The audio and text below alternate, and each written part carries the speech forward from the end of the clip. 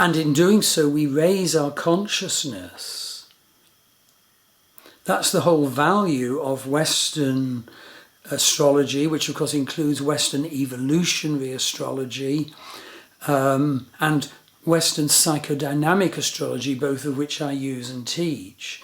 But in Vedic astrology, we get a magnificent statement of our destinies when they were particularly manifest. And of course, we have to go beyond that to work out how to heal them where necessary, how to burn negative karmas, how to enhance and grow special talents which are implicit in our birth chart, but we should help to flower.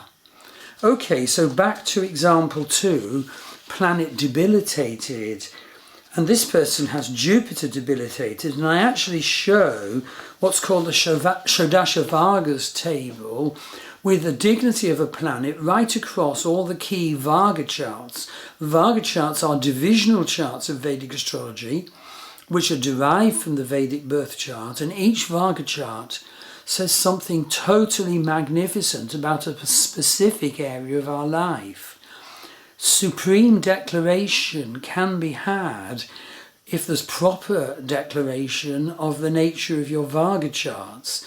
And I love teaching my Vargas course, and I particularly like doing it online and face-to-face with the person, doing this deep, deep, deep destiny and fate analysis, this deep, deep, deep soul analysis that the Vargas, when properly used, when not formulaically used, that they can offer.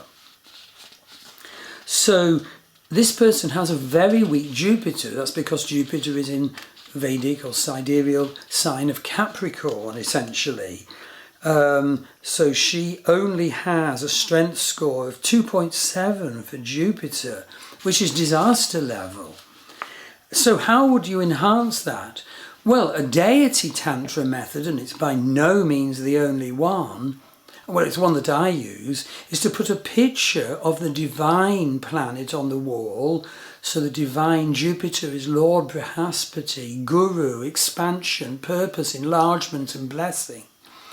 And, light a candle in front of him each morning, fully embody myself and speak from the heart how well I'm doing, how well I'm feeling in relation to the principles divine Jupiter showers on us, managing them properly.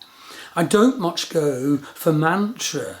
I think mantra, in my observation, can make people robots, can actually, yes, make them robotic and cut them off from the vastness of their spiritual self, let alone their psychological and bodily self. I don't rate mantras very highly. I've seen what it can create if you do a lot of mantra work. So the third example is nakshatras and navtara. So if you look at the associated blog, you see that this lady has her moon in Ashwini nakshatra, the first nakshatra at the start of Vedic Aries. And the whole point is, if you have planets in follow-up nakshatras in a sequence based on your moon, then certain positions are very favourable, certain are very unfavourable, and you need to know which. And of course this also has a deep, deep, deep meaning in relationship astrology, looking where your husband or wife's moon is in terms of navtara, the nakshatra relationships sequence. So I show something of this in the blog post, and I also teach a relationships astrology course. And relationships astrology must use both Western and Vedic astrology if it's to be of value. And of course I also do astrology readings.